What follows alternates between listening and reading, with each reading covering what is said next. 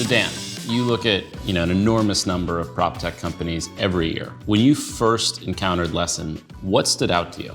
You don't often actually find and meet founders who were their own customers at one point. And Jay had started Colony American Homes. He understood the pain points better than any entrepreneur for this sector of the market.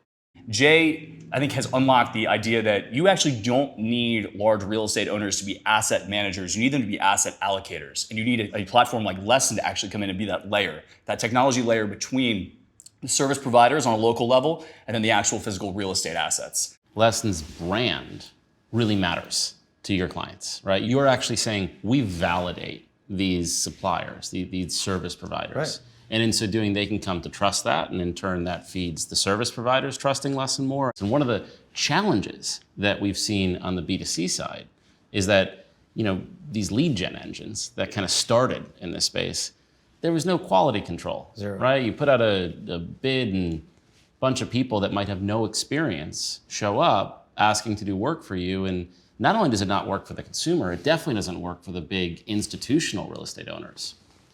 How is the experience of building that skill set for institutional real estate owners? How do you think you can translate that for the small individual owners? It's actually interesting. People ask me, where did that name come from? Lessen. When I came up with the name of the company, I was like, Lessen, meaning to reduce, to make less. So our whole job in working with a consumer or an institutional client is to reduce or to make less the operational frictional costs. We understand that their needs are that they want things to be done more predictably, more efficiently. Consumers love better costs and they love better outcomes. So we don't have a preference if it's business to consumer or business to business over the course of time. To us, it's just property services.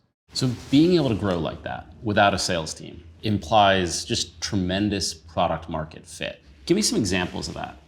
We recently had this anecdote where we had a CEO of one of our largest clients come into our office. It was amazing because we sat down and we talked through, this is your production environment. These are your properties. We took a look at the change orders on the renovations. So industry-wide, 50% of the time, a job has a change order. We were operating at 95% non-change order. She was astonished. The change orders, Jay, what do you actually mean by that? Dan, when we do a scope, let's take a renovation or a turn scope, there's a specific set of items. It could be 12 things or 9 things. When that house is inspected and a list of items is identified, specified, documented, priced, and put into a work order, that work order follows the process to completion. The client expects that to be the total price. And what happens is oftentimes there are items that are missed on that scope. So you have to go back to the property, reprice it, re-underwrite the property, request new spend. It does 2 things.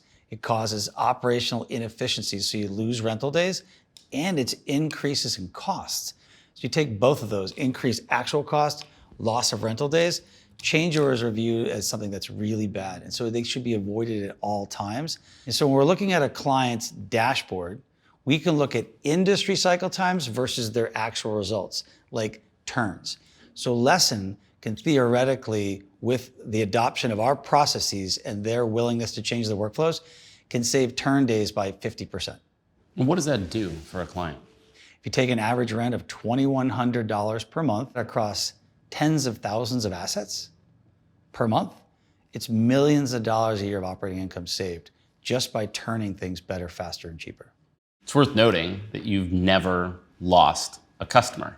Is that true? You've had no churn across the business since inception? We have never lost a customer. And in fact, we've never not grown a customer. It's exciting, but it doesn't happen. It doesn't happen just by chance. We want to keep it that way.